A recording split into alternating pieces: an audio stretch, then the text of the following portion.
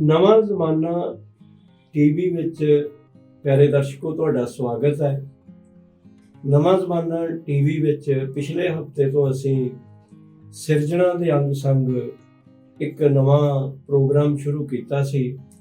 ਪਿਛਲੀ ਵਾਰੀ ਤੁਸੀਂ ਉਹਦੇ 'ਚ ਗਲਪਕਾਰ ਬਲਵੀਰ ਪਰਵਾਨਾ ਨਾਲ ਗੱਲਾਂ ਸੁਣੀਆਂ ਤੇ ਅੱਜ ਸਿਰਜਣਾ ਦੇ ਅੰਗ ਸੰਗ ਦੇ ਦੂਜੇ ਭਾਗ ਵਿੱਚ ਅਸੀਂ ਗਲਪਕਾਰ, ਪੱਤਰਕਾਰ, ਸਾਹਿਤਕ ਪੱਤਰਕਾਰ, ਬੱਚਿਆਂ ਲਈ ਲਿਖਣ ਵਾਲਾ, ਅਨੁਵਾਦ ਤੇ ਬਹੁ ਵਿਧ ਲੇਖਕ ਭਗਵੰਤ ਰਸੂਲਪੁਰੀ ਨਾਲ ਤੁਹਾਨੂੰ ਮਿਲਾਉਣ ਜਾ ਰਹੇ ਹਾਂ।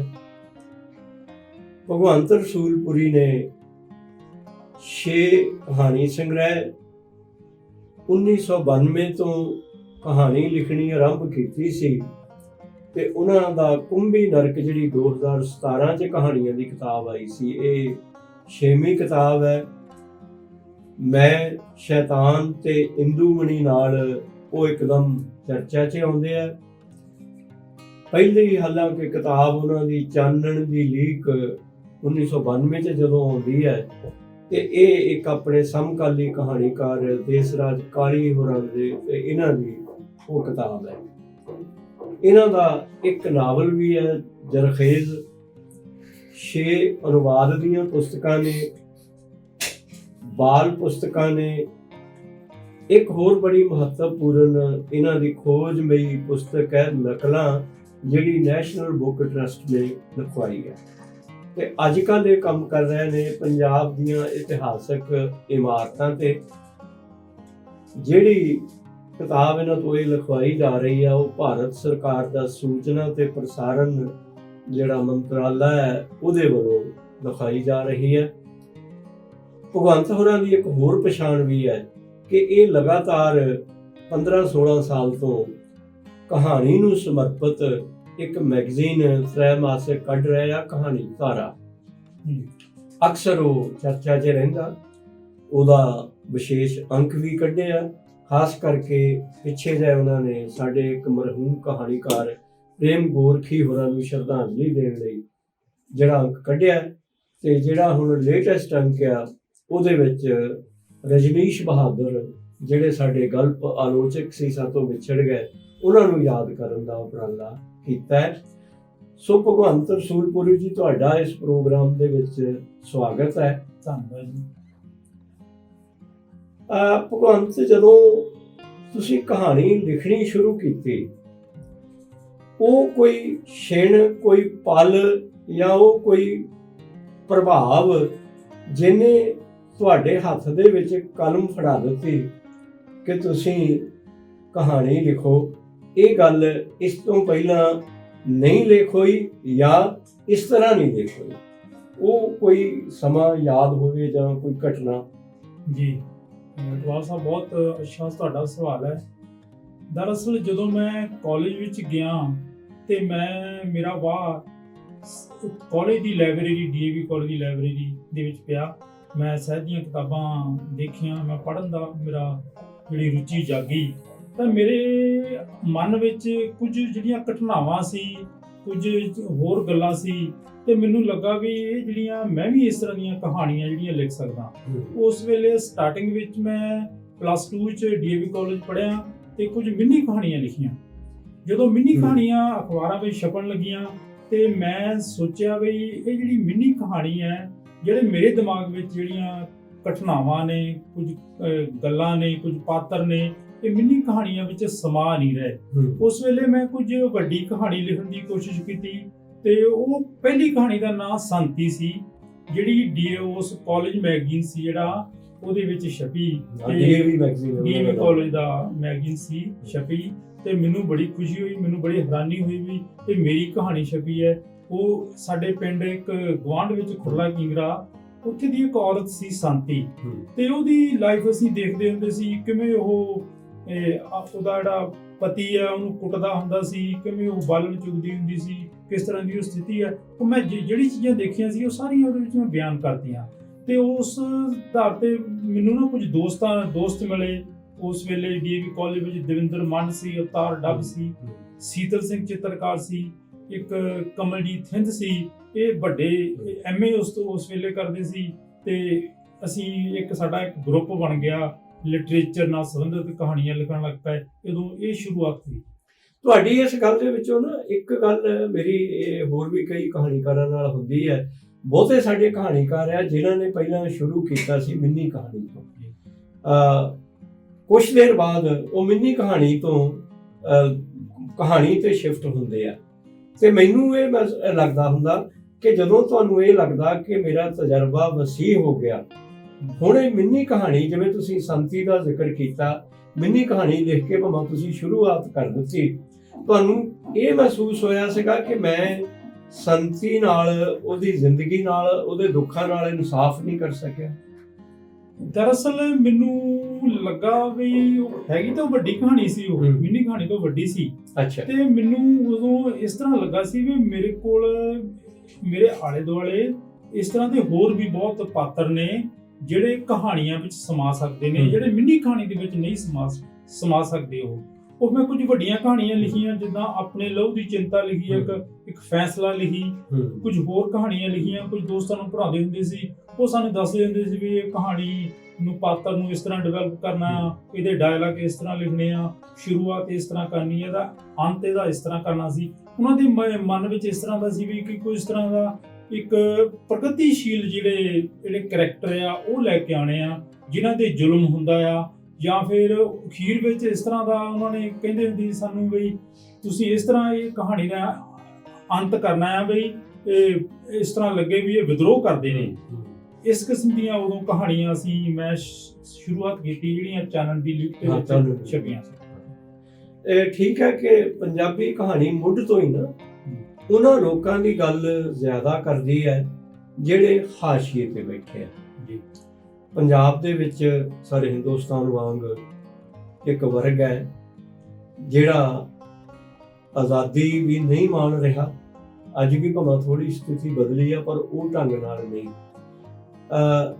ਕਿਸੇ ਵੇਲੇ ਕਹਾਣੀ ਦੇ ਵਿੱਚ ਇਹਨਾਂ ਲੋਕਾਂ ਦੀ ਗੱਲ, ਹਾਸ਼ੀਆਗਤ ਲੋਕਾਂ ਦੀ ਗੱਲ, ਪ੍ਰਿੰਸੀਪਲ ਸੁਜਾਨ ਸਿੰਘ ਹੋਰਾਂ ਨੇ ਆਪਣੀ ਕਹਾਣੀ 'ਚ ਸ਼ੁਰੂ ਕੀਤੀ ਸੀ। ਫਿਰ ਉਸ ਲਈ ਨੂੰ ਜਾਂ ਉਹਨਾਂ ਦੇ ਸਮਕਾਲੀ ਕਹਿ ਲਈਏ ਸੰਤੋਖ ਸਿੰਘ ਧੀਰ ਹੋਰੀ ਅੱਗੇ ਤੋਂ ਜੀ, ਜਾਂ ਇਸ ਤਰ੍ਹਾਂ ਦੇ ਉਹ ਹੋਰ ਅਤਰਜੀਤ ਹੈ, ਬਾਅਦ ਵਿੱਚ ਹੋਰ ਬੜੇ ਇਸ ਤਰ੍ਹਾਂ ਦੇ ਕਹਾਣੀਕਾਰਾਂ ਦੇ ਨਾਂ ਲਏ ਜਾ ਸਕਦੇ ਆ। ਤੁਹਾਡੇ ਤੋਂ ਪਹਿਲਾਂ ਇਹ ਕਹਾਣੀ ਲਿਖੀ ਜਾ ਰਹੀ ਸੀ ਜੀ।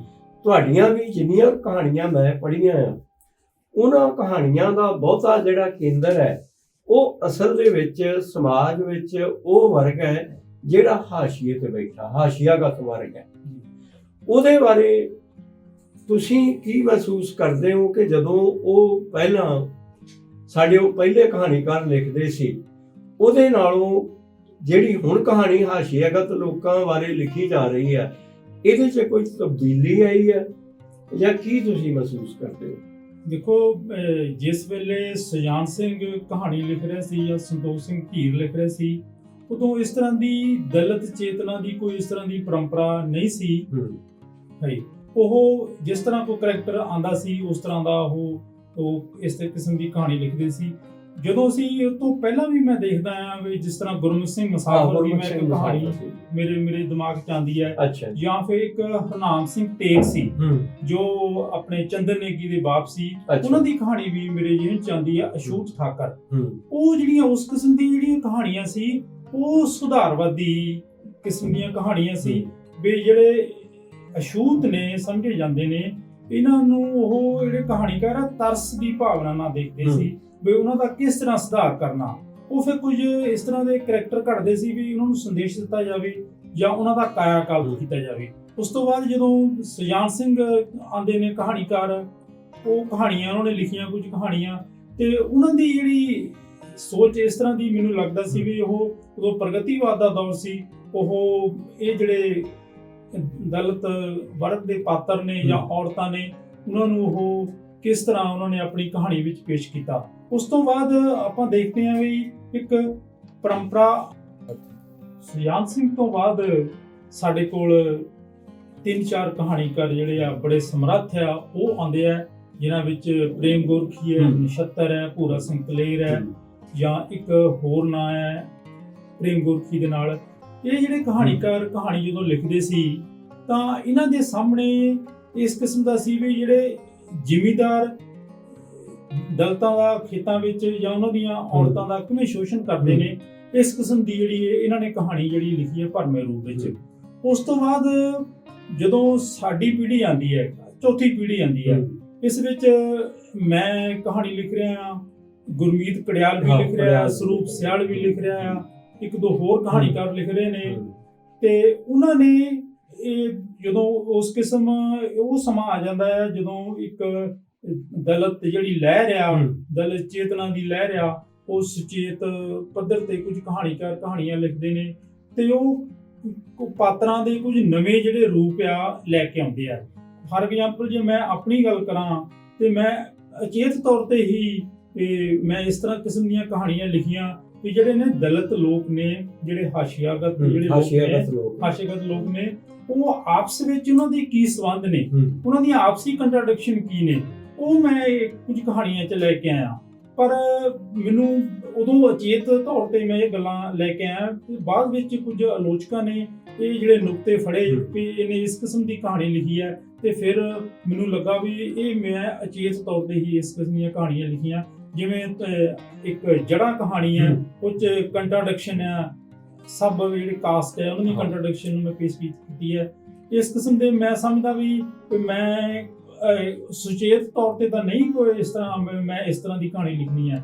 ਮੈਂ ਜਿਸ ਕਿਸਮ ਦੀ ਦੇਖੀ ਹੈ, ਜਿਸ ਕਿਸਮ ਦੇ ਲੋਕਾਂ ਦੀ ਜਿਹੜੀ ਸਮਾਜਿਕ ਸਥਿਤੀ ਦੇਖੀ ਹੈ, ਉਸ ਕਿਸਮ ਨੂੰ ਮੈਂ ਇਹਨਾਂ ਕਹਾਣੀਆਂ 'ਚ ਪੇਸ਼ ਕਰਨ ਦੀ ਕੋਸ਼ਿਸ਼ ਕੀਤੀ। ਤੁਸੀਂ ਕਹਿਣਾ ਇਹ ਚਾਹੁੰਦੇ ਹੋ ਕਿ ਜਿਹੜਾ ਇਹ ਹਾਸ਼ੀਆਗਤ ਵਰਗ ਵੀ ਹੈ, ਇਹਦੇ ਵਿੱਚ ਵੀ ਛੋਟੀਆਂ ਕੰਟਰਡਿਕਸ਼ਨ ਵਿਦਿਨ ਵਰਗ ਹੈਗੀਆਂ, ਉਹਨਾਂ ਨੂੰ ਫੜਨ ਦਾ ਪਹਿਲੀ ਵਾਰੀ ਤੁਹਾਡੀ ਚੌਥੀ ਪੀੜ੍ਹੀ ਦੇ ਕਹਾਣੀਕਾਰਾਂ ਨੇ ਇਹ ਜਿਹੜਾ ਆ ਇਹ ਯਤਨ ਕੀਤਾ ਹੈ। ਇਹਦੇ ਨਾਲ ਹੀ ਰਲਦਾ ਸਵਾਲ ਹੋ ਰਿਹਾ ਭਗਵੰਤ ਕਿ ਕੀ ਤੁਹਾਨੂੰ ਲੱਗਦਾ ਕਿ ਉਸ ਵਰਗ ਨੂੰ ਸਹੀ ਰੂਪ ਵਿੱਚ ਕਹਾਣੀ ਪੇਸ਼ ਕਰ ਸਕੀ ਆ ਕਿ ਅਜੇ ਹੋਰ ਬਹੁਤ ਕੁਝ ਕਰਨ ਵਾਲਾ ਵਾ?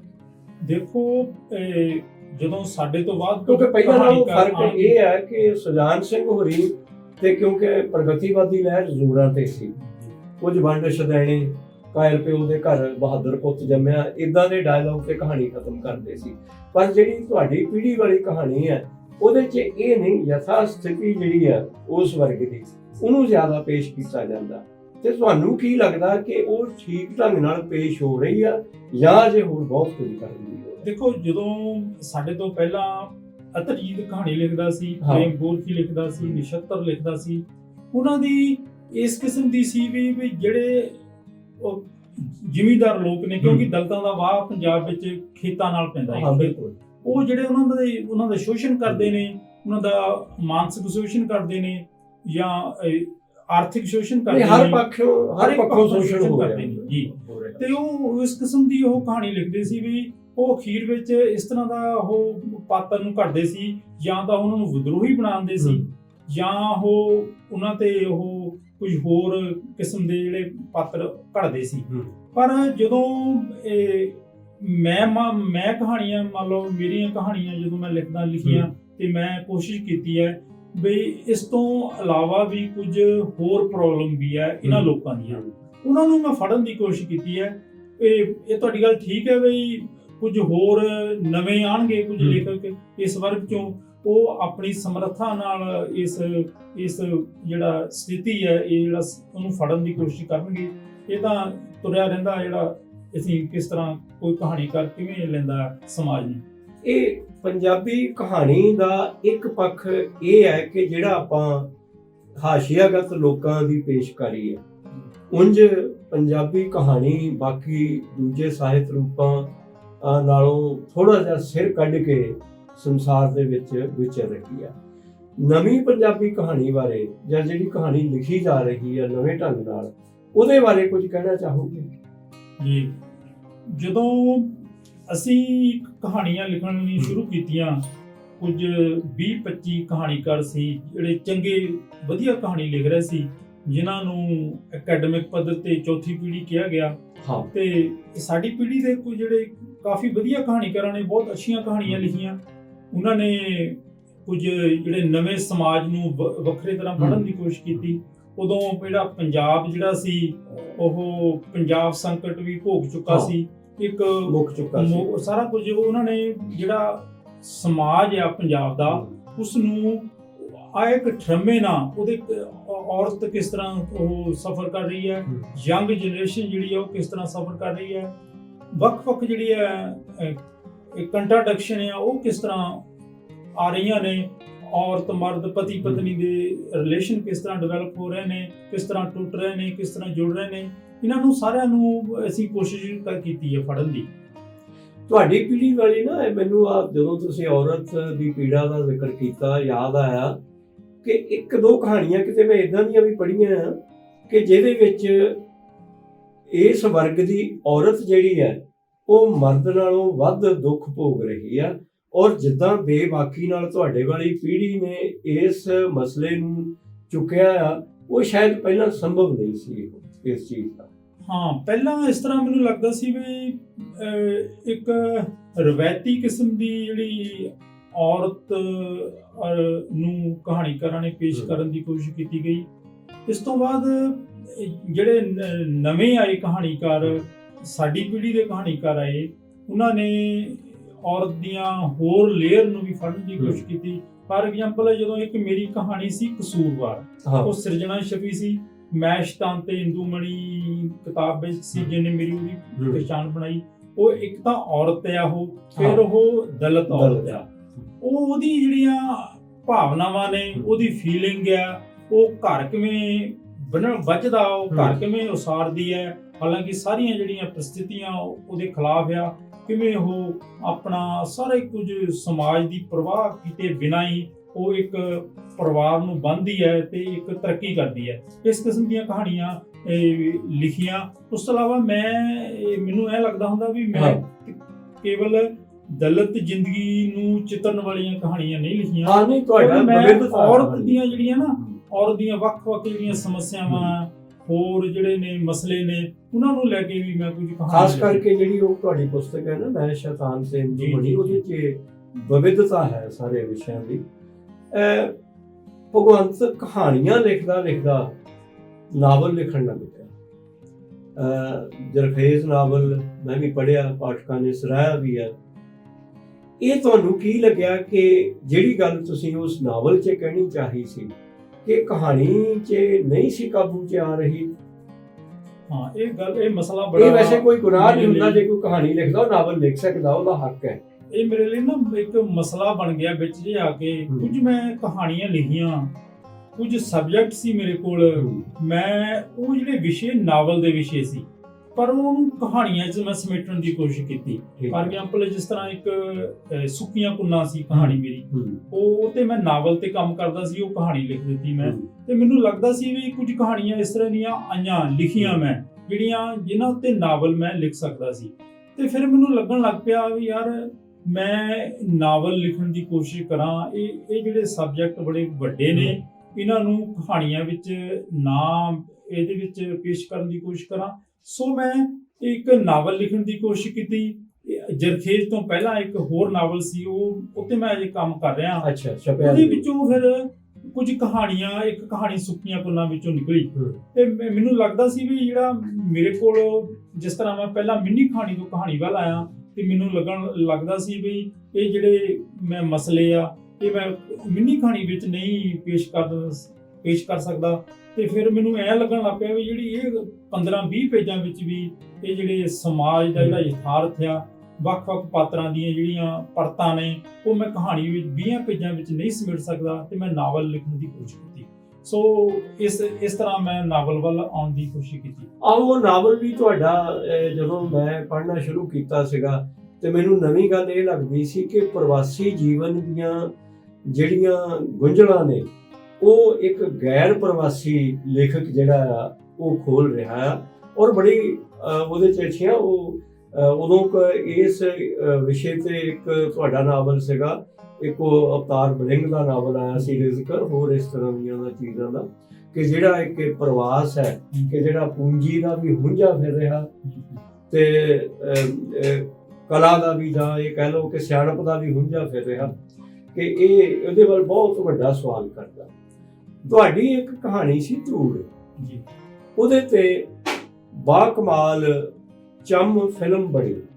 ਜੀ ਇਹ ਕਿਸ ਤਰ੍ਹਾਂ ਦਾ ਤਜਰਬਾ ਲੱਗਿਆ? ਪਹਿਲਾ ਸਵਾਲ। ਦੂਜਾ ਸਵਾਲ ਇਹ ਕਿ ਤੁਹਾਨੂੰ ਲੱਗਦਾ ਕਿ ਚੰਮ ਫਿਲਮ ਦੇ ਵਿੱਚ ਉਹ ਗੱਲ ਭਰਪੂਰ ਰੂਪ ਦੇ ਵਿੱਚ ਕਹਿ ਹੋ ਗਈ ਜਿਹੜੀ ਗੱਲ ਤੁਸੀਂ ਧੂੜ ਕਹਾਣੀ 'ਚ ਕਹਿਣੀ ਚਾਹੁੰਦੇ ਸੀ, ਜਾਂ ਤੁਸੀਂ ਉਸ ਮੀਡੀਆ ਦੇ ਰੂਪ ਤੋਂ ਕਿੰਨਾ ਕੁ ਸੰਤੁਸ਼ਟ ਜਾਂ ਅਸੰਤੁਸ਼ਟ ਹੋ? ਦਰਅਸਲ ਰਾਜੀਵ ਖੰਨਾ ਨੇ ਇਹ ਫਿਲਮ ਤਿਆਰ ਕੀਤੀ ਸੀ ਤੇ ਉਹ ਪਹਿਲਾਂ ਮੇਰੇ ਕੋਲ ਆਏ ਤੇ ਉਹਨਾਂ ਨੇ ਕੁਝ ਲੋਕਾਂ ਕੋਲੋਂ ਨਾਲ ਸਲਾਹ ਕੀਤੀ ਵੀ ਇਸ ਸਬਜੈਕਟ ਦੇ ਉੱਤੇ ਕੌਣ ਲਿਖ ਸਕਦਾ। ਉਹ ਸਾਰਿਆਂ ਨੇ ਮੇਰਾ ਕਹਿਤਾ ਤੇ ਉਹਨਾਂ ਦੇ ਮਨ ਵਿੱਚ ਸੀ ਵੀ ਮੈਂ ਇਸ ਕਿਸਮ ਦੀ ਕਹਾਣੀ ਤੇ ਫਿਲਮ ਬਣਾਉਣੀ ਚਾਹੁੰਦਾ ਆ ਤੇ ਮੈਨੂੰ ਸਹਿਯੋਗ ਦਿਓ। ਅੱਛਾ। ਤੇ ਚਲੋ ਮੈਂ ਉਹਨਾਂ ਨੂੰ ਕਿਹਾ ਵੀ ਮੈਂ ਕਹਾਣੀ ਇੱਕ ਲਿਖਣੀ ਹੈ ਤੇ ਉੱਤੇ ਆਪਾਂ ਫਿਰ ਬਾਅਦ ਵਿੱਚ ਕੰਮ ਕਰਾਂਗੇ। ਤੇ ਉਹਦੇ ਨਾਲ ਉਹਨਾਂ ਨੇ ਜੋ ਕੁਝ ਦੱਸਿਆ ਸੀ ਮੈਨੂੰ ਕਿ ਇਸ ਕਿਸਮ ਦੀ ਜਿਹੜੀ ਸਬਜੈਕਟ ਮੈਂ ਲੈਣਾ ਚਾਹੁੰਦਾ ਕਹਾਣੀ ਵਿੱਚ, ਇਹ ਫਿਲਮ ਦੇ ਵਿੱਚ, ਮੈਂ ਉਸ ਤਰ੍ਹਾਂ ਇੱਕ ਕਹਾਣੀ ਲਿਖੀ। ਕਹਾਣੀ ਲਿਖਣ ਤੋਂ ਬਾਅਦ ਅਸੀਂ ਉੱਤੇ ਹੋਰ ਕੰਮ ਕੀਤਾ। ਅੱਛਾ। ਉਹਨਾਂ ਨੇ ਕੁਝ ਕੀਤੇ ਵੀ ਆਪਾਂ ਆਹ ਕੀਤੀ ਹੈ, ਕੋਸ਼ਿਸ਼ ਕਰਨੀ ਆ ਆਹ ਸਬਜੈਕਟ ਪਾਉਣਾ, ਆਹ ਪਾਉਣਾ ਵਿੱਚ, ਇਸ ਤਰ੍ਹਾਂ ਦੀਆਂ ਘਟਨਾਵਾਂ ਪਾਉਣੀਆਂ। ਤੇ ਇੱਕ ਮੈਂ ਕਹਾਣੀ ਉਸਾਰੀ ਫਿਲਮ ਦੇ ਲਈ ਤੇ ਉਹਦੀ ਜਿਹੜੀ ਫਾਰਮ ਤੁਸੀਂ ਦੇਖੋਗੇ ਉਹ ਵੀ ਇੱਕ ਜ਼ਿਆਦਾ ਫਿਲਮ ਵਾਲੀ ਫਾਰਮ ਹੀ ਹੈ। ਉਹ ਇਹ ਐਂ ਲੱਗਦਾ ਵੀ ਜਿਸ ਤਰ੍ਹਾਂ ਫਿਲਮ ਦੀ ਫਾਰਮ ਹੈ, ਡਾਇਲਾਗ ਆ, ਹੋਰ ਹੈ, ਸਾਰਾ ਕੁਝ ਹੈ। ਇਸ ਕਿਸਮ ਦੀ ਮੈਂ ਇੱਕ ਕੋਸ਼ਿਸ਼ ਕੀਤੀ ਹੈ ਵੀ ਇਹ ਜਿਹੜੇ ਮਸਲੇ ਨੇ ਦਲਿਤਾਂ ਦੇ, ਦਲਿਤ ਲੋਕਾਂ ਦੇ ਜਿਹੜੇ ਮਸਲੇ ਨੇ, ਉਹਨਾਂ ਨੂੰ ਕਹਾਣੀ ਵਿੱਚ ਜਾਂ ਫਿਲਮ ਵਿੱਚ ਕਿਸ ਤਰ੍ਹਾਂ ਲੈ ਕੇ ਆਉਣਾ। ਇਹਦੇ ਵਿੱਚ ਰਾਜੀਵ ਹੋਣਾ ਦਾ ਵੀ ਦਖਲ ਸੀ। ਬਾਅਦ ਵਿੱਚ ਉਹਨਾਂ ਨੇ ਇਸ ਫਿਲਮ ਵਿੱਚ ਕੁਝ ਹੋਰ ਘਟਨਾਵਾਂ ਵੀ ਪਾਈਆਂ, ਹਾਲਾਂਕਿ ਇਹ ਕਹਾਣੀ ਵਿੱਚ ਨਹੀਂ ਹੈਗੀਆਂ, ਪਰ ਮੇਰੀ ਜਿੰਨੀ ਕਹਾਣੀ ਸੀ ਉਹ ਧੂੜ ਵਿੱਚ ਸੀ। ਮੈਂ ਸੋਚਦਾ ਸੀ ਵੀ ਇਸ ਤਰ੍ਹਾਂ ਦੇ ਜਿਹੜੇ ਮਸਲੇ ਆ ਇਹ ਕਹਾਣੀ ਵਿੱਚ ਮੈਂ ਪੇਸ਼ ਕਰਨੇ ਆ। ਤੇ ਉਹਨਾਂ ਨੇ ਆਪਣੇ ਐਂਗਲ ਤੋਂ ਫਿਲਮ ਬਣਾਈ ਤੇ ਉਹ ਫਿਲਮ ਲੋਕਾਂ ਨੇ ਬਹੁਤ ਪਸੰਦ ਕੀਤੀ। ਤੁਹਾਨੂੰ ਲੱਗਦਾ ਕਿ ਜਿਹੜਾ ਮੀਡੀਆ ਦਾ ਇਹ ਰੂਪ ਆ ਫਿਲਮ ਵਾਲਾ, ਉਹ ਕਹਾਣੀ ਜਿੰਨਾ ਕਾਰਗਰ ਆ ਜਾਂ ਕਹਾਣੀ ਨਾਲੋਂ ਵੱਧ ਆ ਜਾਂ ਘੱਟ ਆ? ਦੇਖੋ, ਕਹਾਣੀ ਦਾ ਜਿਹੜਾ ਮਸਲਾ ਹੋਰ ਕਿਸਮ ਦਾ ਹੈ। ਕਹਾਣੀ ਵਿੱਚ ਜਿਹੜੀ ਤੁਸੀਂ ਲਿਖ ਗੱਲ ਕਹਿੰਦਾ ਆ ਉਹ ਜ਼ਰੂਰੀ ਨਹੀਂ ਵੀ ਉਹ ਪਰਦੇ ਵਿੱਚ ਉਸ ਤਰ੍ਹਾਂ ਪੇਸ਼ ਕੀਤੀ ਜਾਵੇ। ਸੰਭਵ ਨਹੀਂ ਹੈਗਾ। ਜਿਹੜਾ ਫਿਲਮ ਬਣਾਉਂਦਾ ਆ ਉਹਨੇ ਆਪਣੇ ਤਰੀਕੇ ਨਾਲ, ਆਪਣੀ ਸ਼ੈਲੀ ਦੇ ਨਾਲ ਉਹ ਫਿਲਮ ਤਿਆਰ ਕਰਨੀ ਆ। ਉਹਦੇ ਵਿੱਚ ਕੁਝ ਵਾਧੇ ਕਰਨੇ ਆ, ਕੁਝ ਕੱਟਣਾ, ਕੁਝ ਵੱਢਣਾ ਆ। ਉਹਨੂੰ ਸਾਡੇ ਮੂਹਰੇ ਤਾਂ ਕਹਾਣੀਕਾਰ ਦੇ ਮੂਹਰੇ ਪੱਤ ਹੁੰਦਾ ਆ, ਪਾਠਕ ਹੁੰਦਾ, ਪਰ ਫਿਲਮ ਵਾਲੇ ਦੇ ਮੂਹਰੇ ਸਰੋਤੇ ਹੁੰਦੇ ਆ, ਦਰਸ਼ਕ ਹੁੰਦੇ ਆ, ਤਰ੍ਹਾਂ ਤਰ੍ਹਾਂ ਦੇ ਦਰਸ਼ਕ ਹੁੰਦੇ ਆ। ਉਹਨੇ ਹਰੇਕ ਦਰਸ਼ਕ ਨੂੰ ਧਿਆਨ ਵਿੱਚ ਰੱਖ ਕੇ ਫਿਲਮ ਬਣਾਉਣੀ ਹੁੰਦੀ ਹੈ। ਪਰ ਇਹ ਰੂਪ ਵਧੀਆ ਆ, ਪਰ ਜੇ ਹੂਬਹੂ ਕਹਾਣੀ ਦੇ ਆਧਾਰ ਤੇ ਫਿਲਮ ਬਣਾਈ ਜਾਵੇ, ਮੈਨੂੰ ਲੱਗਦਾ ਵੀ ਉਹ ਜਿਹੜਾ ਡਾਇਰੈਕਟਰ ਆ ਜਾਂ ਫਿਲਮ ਜਿਹੜੀ ਆ ਬਹੁਤਿਆਂ ਲੋਕਾਂ ਤੱਕ ਨਹੀਂ ਪਹੁੰਚੇਗੀ।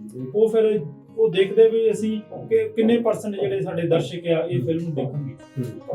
ਆ ਜੇ ਸਿਆਣਾ ਡਾਇਰੈਕਟਰ ਆ ਉਹ ਕਈ ਵਾਰੀ ਵਧੀਆ ਜਿਹੜੀ ਕਹਾਣੀ ਆ ਉਹਨੂੰ ਵੀ ਠੀਕ ਢੰਗ ਨਾਲ ਪੇਸ਼ ਕਰ ਜਾਂਦਾ। ਤੇ ਕਈ ਇਦਾਂ ਦੀਆਂ ਵੀ ਆਪਾਂ ਪੰਜਾਬੀ ਕਹਾਣੀ ਦੇ ਫਿਲਮਾਂ ਬੜੀਆਂ ਦੇਖੀਆਂ ਜਿਨ੍ਹਾਂ ਦੀ 1.5-2 ਘੰਟੇ ਫਿਲਮ ਦੇਖਣ ਤੋਂ ਬਾਅਦ ਵੀ ਸਮਝ ਨਹੀਂ ਲੱਗਦੀ ਕਿ ਇਹ ਗੱਲ ਕੀ ਸੀਗੀ। ਇੱਕ ਦੋ ਇਦਾਂ ਦੀਆਂ ਪੰਜਾਬੀ 'ਚ ਆਪਾਂ ਜ਼ਿਕਰ ਨਹੀਂ ਕਰਦੇ, ਉਹਨਾਂ ਦਾ ਹੈਗਾ। ਪਰ ਜਦੋਂ ਮੜੀ ਦਾ ਦੀਵਾ ਆਪਾਂ ਦੇਖਦੇ ਹਾਂ ਤੇ ਉਹਦੇ 'ਚ ਇਹ ਲੱਗਦਾ ਕਿ ਇਹ ਬਿਲਕੁਲ ਸਜੀਵ ਰੂਪ ਦੇ ਵਿੱਚ ਮੜੀ ਦਾ ਦੀਵਾ ਆਪਣੇ ਸਾਹਮਣੇ ਜਿਹੜਾ ਆ ਉਹ ਪੇਸ਼ ਹੋ ਗਿਆ। ਇੱਕ ਭਗਵੰਤ ਜਿਹੜਾ ਸਾਹਿਤਕ ਪੱਤਰਕਾਰੀ ਹੈ ਜੀ, ਦੂਜੇ ਭਾਸ਼ਾਵਾਂ ਦੀ ਪੱਤਰਕਾਰੀ, ਸਾਹਿਤਕ ਪੱਤਰਕਾਰੀ ਵਾਂਗ ਪੰਜਾਬੀ ਸਾਹਿਤਕ ਪੱਤਰਕਾਰੀ ਦਾ ਬਹੁਤ ਵੱਡਾ ਰੋਲ ਹੈ। ਆਪਾਂ ਜਿਹੜੇ ਅਦਾਰੇ 'ਚ ਬੈਠੇ ਹਾਂ, ਇਹ 1992 ਤੇ ਜਦੋਂ ਤੁਸੀਂ ਲਿਖਣਾ ਸ਼ੁਰੂ ਕੀਤਾ ਉਦੋਂ ਤੋਂ ਨਵਾਂ ਜ਼ਮਾਨਾ ਦਾ ਐਤਵਾਰ ਦਾ ਹਫ਼ਤਾਵਾਰੀ ਅੰਕ ਬਲਵੀਰ ਪਰਵਾਨਾ ਹੋਰਾਂ ਨੇ ਸ਼ੁਰੂ ਕੀਤਾ ਸੀਗਾ। ਤੇ ਬਹੁਤ ਲੋਕ ਆ ਕਿ ਜਿਹੜੇ ਭਾਵਨਾਤਮਕ ਤੌਰ ਤੇ ਇਹਦੇ ਨਾਲ ਜੁੜੇ ਆ ਕਿ ਐਤਵਾਰ ਨੂੰ ਜਿੰਨੀ ਦੇਰ ਇਹਦਾ ਮੈਟਰ ਨਹੀਂ ਦੇਖ ਲੈਂਦੇ ਕਰ ਲੈਂਦੇ। ਦੂਜਾ ਆ ਮਾਸਿਕ, ਤ੍ਰੈਮਾਸਿਕ ਜਾਂ ਛਮਾਹੀ ਪਰਚੇ। ਤੁਸੀਂ 15-16 ਸਾਲ ਤੋਂ ਇੱਕ ਤ੍ਰੈਮਾਸਿਕ ਕਹਾਣੀ ਧਾਰਾ ਜਿਹਦਾ ਨਾਂ ਤੋਂ ਸਪਸ਼ਟ ਹੈ ਕਿ ਇਹ ਕਹਾਣੀ ਨੂੰ ਸਮਰਪਿਤ ਹੈ, ਜਾਂ ਤਾਂ ਉਹ 'ਚ ਤੁਸੀਂ ਕਹਾਣੀਆਂ ਛਾਪੋਗੇ ਜਾਂ ਕਹਾਣੀਆਂ ਬਾਰੇ ਆਲੋਚਨਾ ਛਾਪੋਗੇ। ਇਹ ਪਰਚਾ ਕੱਢਣ ਦੀ ਸੋਚ ਕਿੱਥੋਂ ਆਉਂਦੀ ਹੈ ਜਾਂ ਵਿਉਂਤ ਕਿਉਂ ਬਣਦੀ ਹੈ ਕਿ ਪਰਚੇ ਦਾ ਜਦੋਂ ਤੁਸੀਂ ਇਹ ਸ਼ੁਰੂ ਕੀਤਾ ਉਦੋਂ ਕਾਫੀ ਸੀ, ਉਦੋਂ ਲਕੀਰ ਵੀ ਨਿਕਲਦਾ ਸੀ ਅਜੇ ਰੈਗੂਲਰ ਢੰਗ ਨਾਲ। ਹੁਣ ਭਾਵੇਂ ਕਿਤੇ ਉਹ ਘੱਟ ਵੱਧ ਹੋ ਰਿਹਾ ਅੱਗੇ ਪਿੱਛੇ। ਹੋਰ ਮੈਗਜ਼ੀਨ ਵੀ ਸੀਗੇ, ਉਹਨਾਂ ਦਾ ਅਣਖੀ ਹੋਰਾਂ ਦਾ ਮੈਗਜ਼ੀਨ ਸੀਗਾ ਕਹਾਣੀ ਬਾਰੇ, ਜਾਂ ਇੱਦਾਂ ਦੇ ਹੋਰ ਵੀ ਕੋਈ ਸੀ। ਉਹ ਕਿਵੇਂ ਤੁਹਾਡੇ ਬਣ ਗਿਆ? ਕੋਈ ਸਾਹਿਤਕ ਪੱਤਰਕਾਰੀ ਜਿਹੜੇ ਮੈਗਜ਼ੀਨ ਹੈ ਪੰਜਾਬੀ ਦੇ, ਉਹਨਾਂ ਦਾ ਲੇਖਕਾਂ ਨੂੰ ਪਾਠਕਾਂ ਤੱਕ ਪਹੁੰਚਾਉਣ ਦਾ ਬਹੁਤ ਅਹਿਮ ਰੋਲ ਹੁੰਦਾ। ਤੁਸੀਂ ਦੇਖਦੇ ਹੋ ਵੀ ਜਿਹੜੇ ਵੱਡੇ ਵੱਡੇ ਸਾਹਿਤਕਾਰ ਨੇ, ਜਿੱਦਾਂ ਨਾਨਕ ਸਿੰਘ ਸੀ, ਜਿਸ ਤਰ੍ਹਾਂ ਹੋਰ ਕੁਝ ਲੇਖਕ ਸੀ, ਉਹਨਾਂ ਨੇ ਸਾਹਿਤਕ ਪਰਚੇ ਕੱਢੇ ਤੇ ਨਾਲ ਪਬਲੀਕੇਸ਼ਨ ਦਾ ਕੰਮ ਵੀ ਉਹਨਾਂ ਨੇ ਸ਼ੁਰੂ ਕੀਤਾ।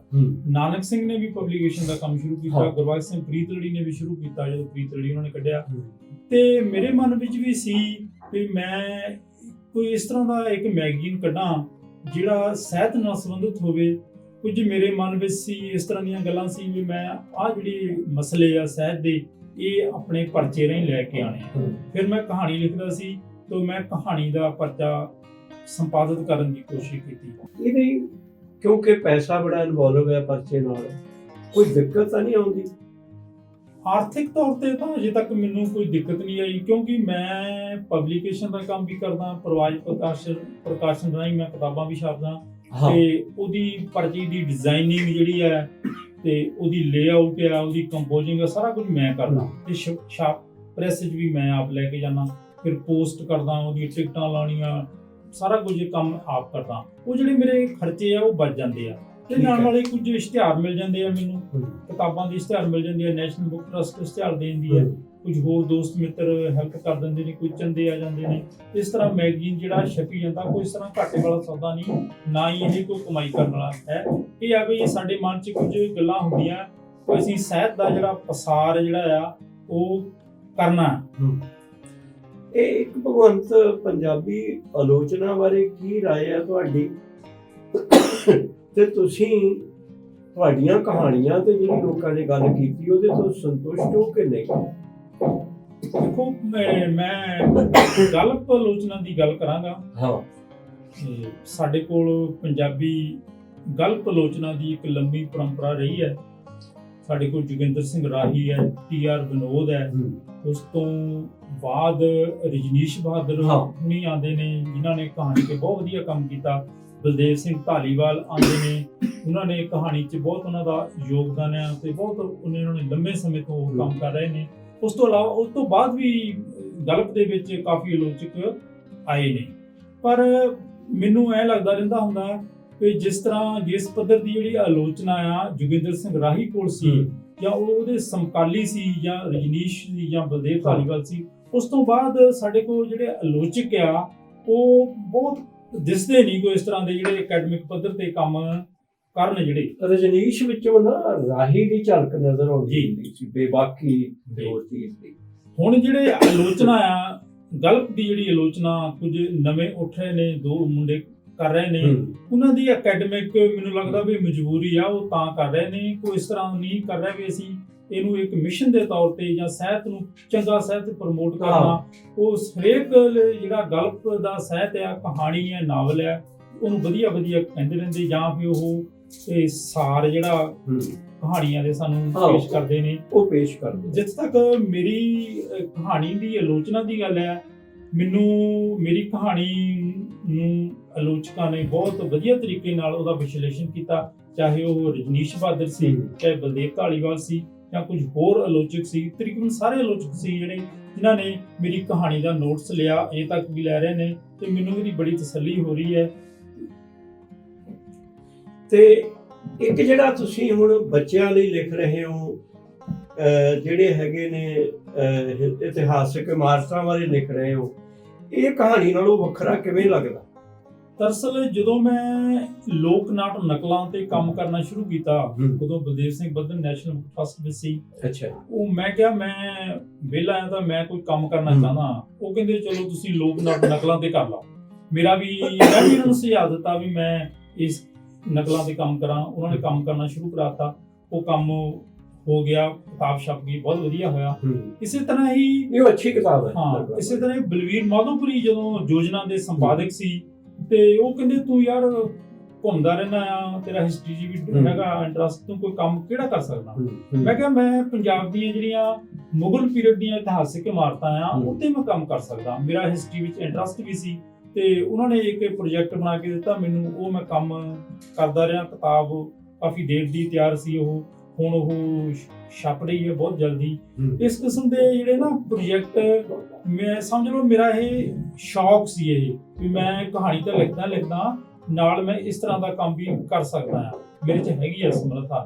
ਇਹਦੇ ਨਾਲ ਹੀ ਇਹ ਤੁਸੀਂ ਜਦੋਂ ਬਾਹਰ ਘੁੰਮਦੇ ਹੋ ਵੱਖਰੇ ਕਰੈਕਟਰ ਤੁਹਾਨੂੰ ਮਿਲਦੇ ਨੇ, ਵੱਖਰੇ ਜਿਹੜੇ ਸ਼ੇਡਸ ਮਿਲਦੇ ਨੇ, ਸਮਾਜ ਦਾ ਪਤਾ ਲੱਗਦਾ ਹੈ, ਸਾਨੂੰ ਸਾਰਾ ਕੁਝ ਪਤਾ ਲੱਗਦਾ। ਦੋ ਇਹਦੇ ਲਾਭ ਹੁੰਦੇ ਜੀ।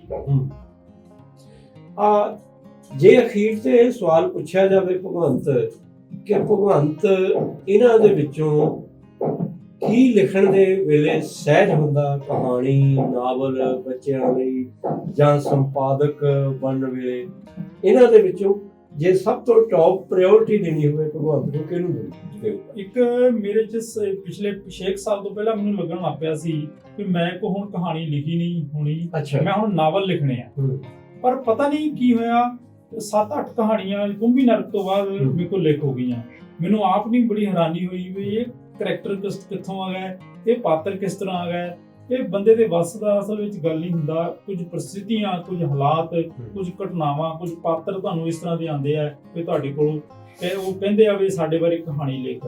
ਬੰਦੇ ਦੇ ਮੈਂ ਕਹਿੰਦਾ ਕਹਾਣੀਕਾਰ ਦੇ ਵੱਸ ਦੀ ਗੱਲ ਨਹੀਂ ਹੈ ਉਹ ਵੀ ਭਵਿੱਖ 'ਚ ਨਾਵਲ ਲਿਖਣਾ ਜਾਂ ਕਹਾਣੀ ਲਿਖਣੀ ਜਾਂ ਬਾਲ ਸਾਹਿਤ ਲਿਖਣਾ ਆ। ਇਹ ਤੁਹਾਡੇ ਕੋਲ ਕਰੈਕਟਰ ਆਉਂਦੇ ਆ, ਕੁਝ ਘਟਨਾਵਾਂ ਹੁੰਦੀਆਂ, ਤੁਹਾਡੇ ਦਿਮਾਗ 'ਚ ਕਹਾਣੀ ਬਣ ਜਾਂਦੀ ਤੇ ਲਿਖ ਹੋ ਜਾਂਦੀ। ਚਲੋ ਭਗਵੰਤ ਜੀ, ਤੁਸੀਂ ਸਾਡੇ ਪ੍ਰੋਗਰਾਮ 'ਚ ਆਏ ਸਿਰਜਣਾ ਦੇ ਅੰਗ ਸੰਗ, ਤੁਹਾਡਾ ਬਹੁਤ ਬਹੁਤ ਧੰਨਵਾਦ। ਤੇ ਅਸੀਂ ਤੇ ਸਾਡੇ ਪਾਠਕ ਆਸ ਕਰਦੇ ਆ ਕਿ ਤੁਸੀਂ ਭਵਿੱਖ ਵਿੱਚ ਵੀ ਬਿਹਤਰ ਕਹਾਣੀ, ਬਿਹਤਰ ਨਾਵਲ ਤੇ ਬਿਹਤਰ ਰਚਨਾਵਾਂ ਨਾਲ ਪੰਜਾਬੀ ਪਾਠਕਾਂ ਨੂੰ ਨਿਵਾਜਦੇ ਰਹੋਗੇ। ਸੋ ਸ਼ੁਕਰੀਆ ਜੀ ਤੁਹਾਡਾ। ਸ਼ੁਕਰੀਆ।